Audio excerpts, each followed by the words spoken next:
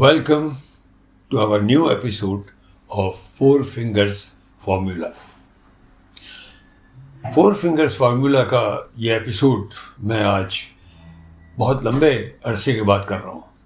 यूँ भी ये हम कभी कभी करते हैं, तभी करते हैं हम लोग इस फोर फिंगर्स फार्मूला को जब कोई बहुत रेलेवेंट चीज़ हो।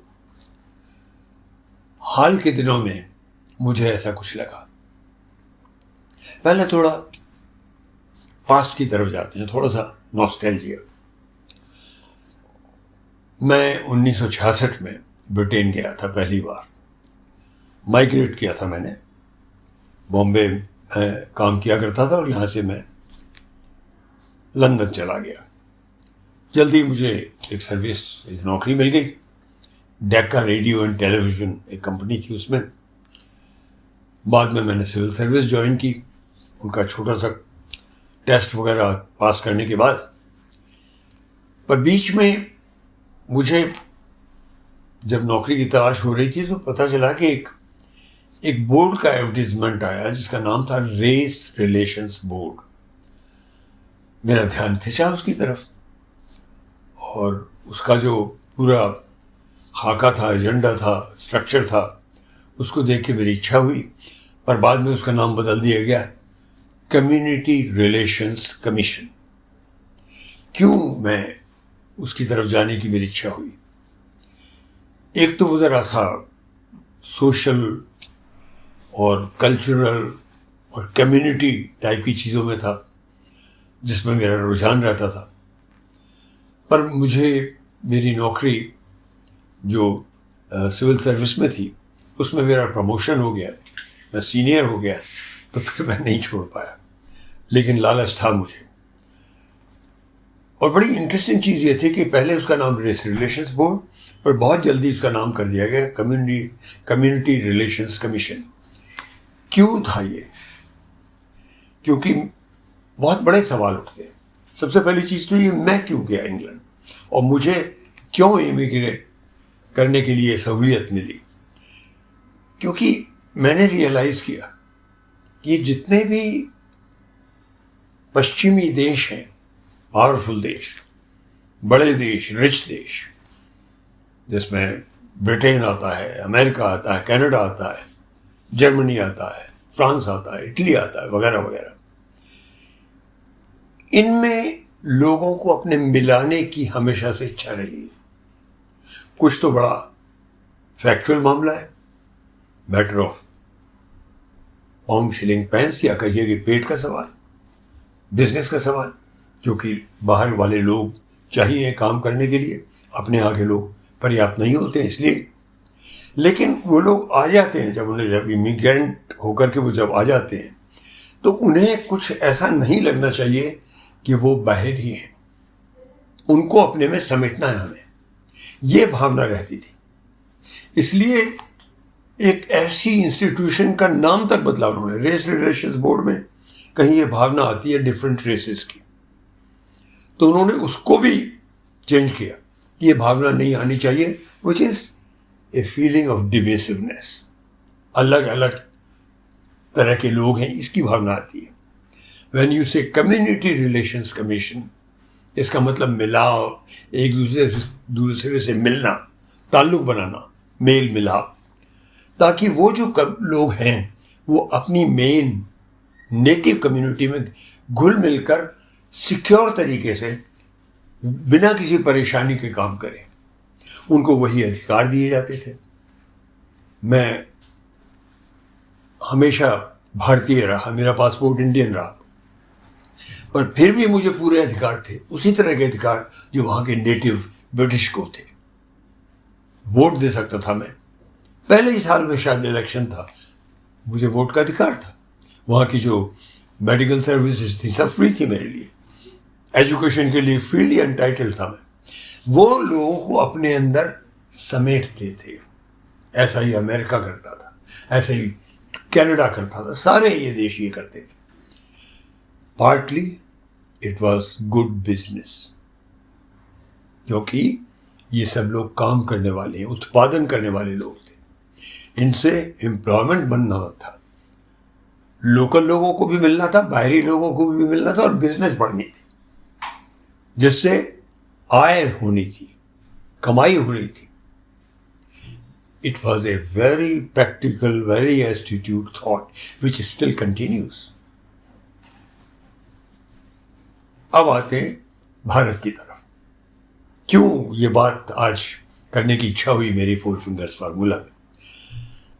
बड़ा अफसोस सा होता है कि जरा सा मौका मिल जाए हमारे हिंदुस्तान में डिवाइड करने की भावना, रिजेक्ट करने की भावना, लोगों को अपने से दूर करने की भावना प्रज्वलित हो जाती है. एक वीडियो आया सामने अभी, जब अफगानिस्तान में तालिबान लोग आ गए, काबुल में जिस दिन उनका प्रवेश हुआ, उन्होंने सत्ता छीनी, तो एक वीडियो यहाँ पे शाया हो गया. एक कोई सुनील अरोड़ा साहब है, मजाकिया वीडियो है, एक तरह से खिंचाई करने का वीडियो है. वो सारी खिंचाई लिबरल लोगों के खिलाफ, उन लोगों के खिलाफ जो लोगों को अपने में मिलाने की कोशिश करते हैं, जिनमें मैं भी आता हूँ. We always have believe inclusivity, multiculturalism, ये हमारा मंत्र रहा है और इसमें हमने विश्वास किया है. और हमारा भारत जिस दिन से आज़ाद हुआ था तब से इसको पालन करता आया था. और हमारी सक्सेस, हमारी प्रगति, उसका सबसे बड़ा जो गुर है, जो उसका अंदर का राज है, वो यही है. और इसीलिए मैं आज के अपने इस एपिसोड को एक तरह से थीमेटिकली मैंने इसका नाम सोचा. Today's episode I consider episode about प्रकृति and Pragati.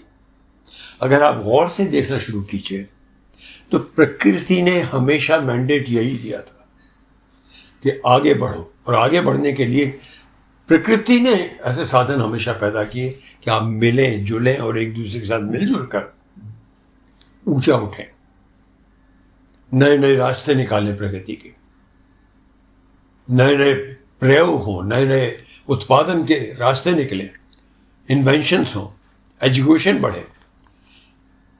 That has been the essence of India's development. India आज एक बहुत बड़ा, बहुत ही थर्ड लेवल की पावर माना जाने लगा है पिछले कोई 10 साल से. ये यूं ही नहीं हो गया, इसके पीछे ये inclusivity was the whole thing. That video of mister Sunil Arora was disturbing me on that.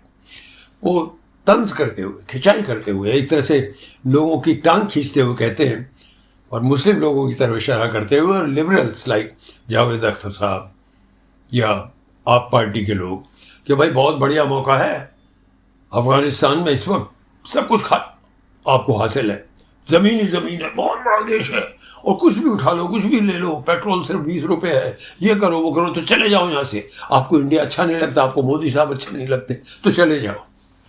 ये मखौल किया जा रहा है. इस बात ने मुझे बहुत चोट पहुंचाई.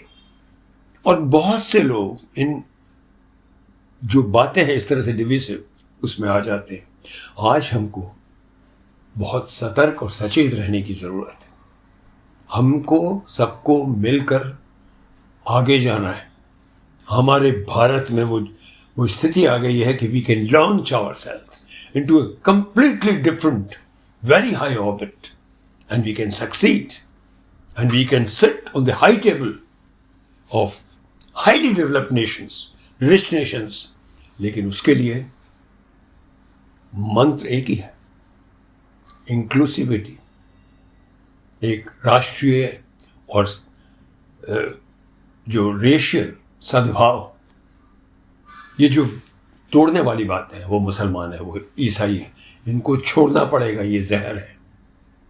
मेरी जितने भी हमारे पढ़े लिखे साथी हैं, उनसे मेरी ये आग्रह है कि हम लोग बोलना जानते हैं, हमारी बातें लोग सुनते हैं. हमें लोगों के भ्रम को डिस्पेल करना पड़ेगा, उन्हें आगाह करना पड़ेगा कि हमारी सक्सेस की कुंजी हमारे मिलकर चलने में है. हमको सबको अपने में समेटना है. And together we have to march, together we have to succeed, because opportunity is right there. It is knocking on our doors. Together we can open this door and claim what is ours, the high table amongst the comity of nations. That's our place. आज का episode प्रकृति और प्रगति के नाम। याद रखिए, जैसा मैंने हमेशा कहा है, 4 फिंगर्स फार्मूला, आंख और कान के बीच 4 अंगुल का फासला। जो कान में बातें पड़ती हैं वो हमेशा सच नहीं होती। सुनने और देखने में 4 अंगुल का फासला है, जो बहुत बड़ा फासला है। प्रकृति और प्रगति के समावेश, उनके मिलन से जो हमें हासिल होने वाला है, उसके लिए ज़रूरी है कि ये जो फ़र्क है इसको हम पहचानें। Fake news, fake propaganda, fake manipulation से बचें। We have to march as one. And as I said earlier, the table is ours. The food of success on that high table is ours. Today, just this much. Thank you very much with 4 fingers formula.